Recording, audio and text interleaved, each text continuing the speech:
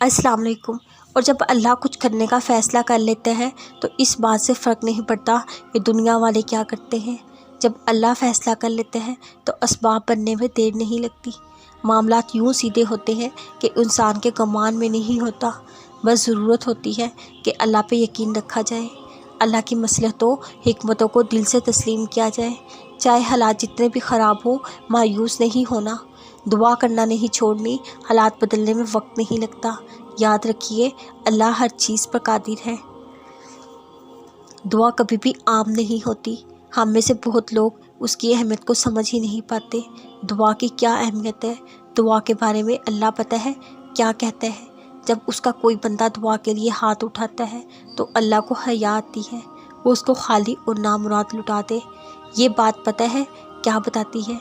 अल्लाह अगर दुआ की तौफीक देता है तो कभी ऐसा नहीं हो सकता कि उसने अपने बंदे को खाली हाथ छोड़ना हो। अल्लाह ताला के ख़जाने लामहदूद हैं।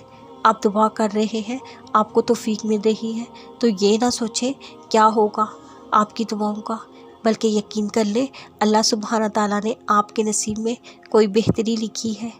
दुआ मांगते रहिए, अल्लाह से जुड़े रहिए। तुम्हें लगता है तुम्हारे बस में कुछ भी नहीं, मगर तुम्हारा अल्लाह हर चीज़ पे कादिर है, उसके लिए कुछ भी नामुमकिन नहीं। तुम दुआ करो। तुम्हारा रब कहता है, मेरा बंदा जब भी जहाँ कहीं भी मुझे पुकारेगा, मैं उसकी दुआओं को सुनूंगा और जवाब भी दूंगा।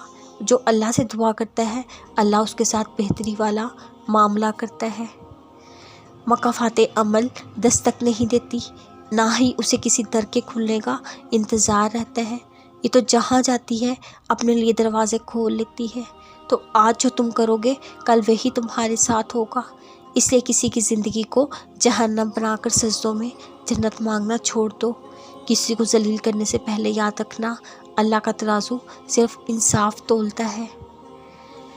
जब इंसान नींद से बेदार होकर जागता है रात के अंधेरे में अपने अल्लाह से मुलाकात के लिए, तो सुकून की अजीब सी कैफियत तारी हो जाती है।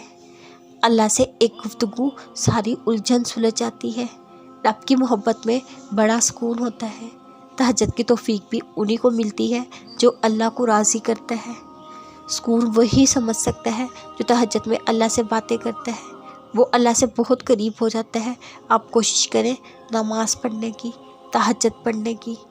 जब बंदा अपने रब से गिड़गिड़ा कर दुआ करता है तब अल्लाह दुआ में कुन कह देता है। नमाज वो वाहिद हुक्म है जिसे अल्लाह ने वही के ज़रिए नहीं बल्कि रसूल अल्लाह सल्लल्लाहु अलैहि वसल्लम को आसमान पर बुलाकर तोहफ़ा दिया।